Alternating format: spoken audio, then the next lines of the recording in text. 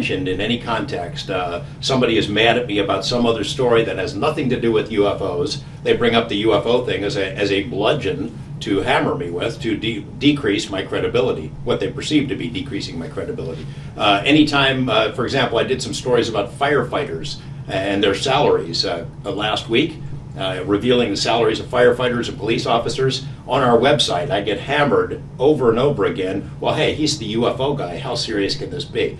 I know in my own life what it's been, that people try to use that against me, and I'm a much lower level than Barack Obama. I can only imagine what it would be like in Washington were he to open that door. It'd be the end of his presidency. Wow. Now, has this kind of stereotyping decreased over time, or is it just pretty much the same as it's been since you first started breaking these stories? I would say it's pretty much the same. It's really been the same way since the beginning, not just my career, but since the beginning of the UFO, the modern era. I mean, you know, in 1953, the CIA convened what's called the Robertson Panel, and they discussed it. And they talked about, look, let's look at these UFO cases. You know, we don't think that UFOs represent a threat to national security, but the continued reporting about UFOs is a threat. Therefore, let's institute a program to strip UFOs of their aura of mystery. And that's when they talked about debunking the laughter curtain, the ridicule factor. And whether or not that program was ever instituted or not, it's in effect what's happened. Because people do laugh at people who report UFOs. 9 out of every 10 persons who sees a UFO or has some experience like that doesn't report it at all. And the fear factor is a major part of that.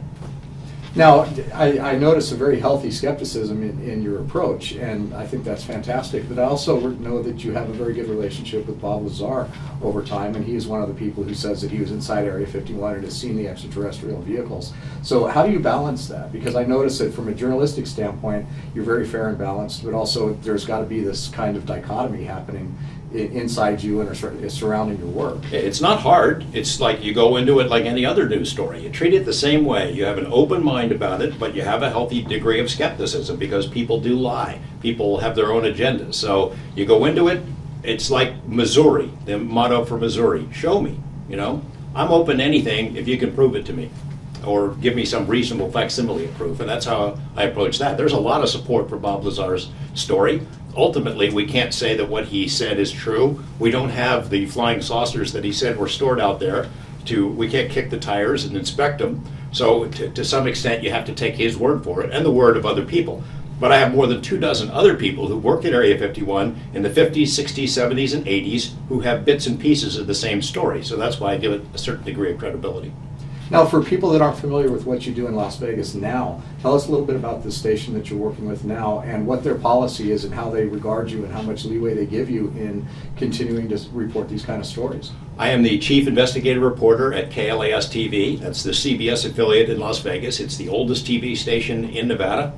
The first licensed station in our state, created in 1953. It has always been the news leader in our community. It has many more viewers than the largest newspapers in Nevada have. And I am in a unique position because I've been there so long, because I had done so many other kinds of stories, organized crime and pollution and government corruption, things of that sort, and it developed a certain amount of credibility with the audience and with my managers. I was allowed to go after this. Now, do they want me to do a UFO story every week? No. Am I allowed to pursue it if I think it's good and interesting? Yeah.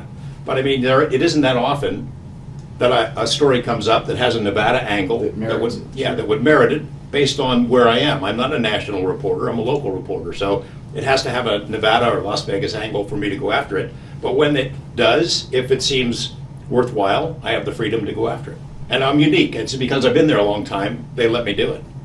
Now, how do you balance your solid journalistic work with the CBS affiliate with also being co-host of Coast to Coast, which certainly has a leaning of the paranormal and the ufologies? The same thing, again, is that my employers trust me to do the right thing. And even though I am on a radio show that explores a lot of really weird topics, I'm not committing myself to those. I'm not saying because I'm interviewing you about XYZ that I believe it with my whole heart. I'm questioning you about it. We have somebody on the program with a weird point of view or an odd story to tell. I ask them about it. I let them tell the story, but I don't necessarily have to openly embrace it. Now, did you have to really go through a strong decision process and a lot of thought before you decided to take the gig with Coast to Coast? Not really, because I've been down that road. Sure. I've been down that road and covered this material. It's fun. It's 4 hours. You can cover a lot of material. You can go over a lot of stuff, and it's to have the luxury of that much time to explore a guest, a book, an idea is great. It's a lot better than a 5-minute TV report in some ways, because you can cover a lot more ground and get more in depth. So when I told my news managers, they said okay, because they trust me. I'm sure they probably had to think about it sometimes if they listened late at night to the strange stuff we cover. Was this a good idea or not? But so far they haven't told me to stop.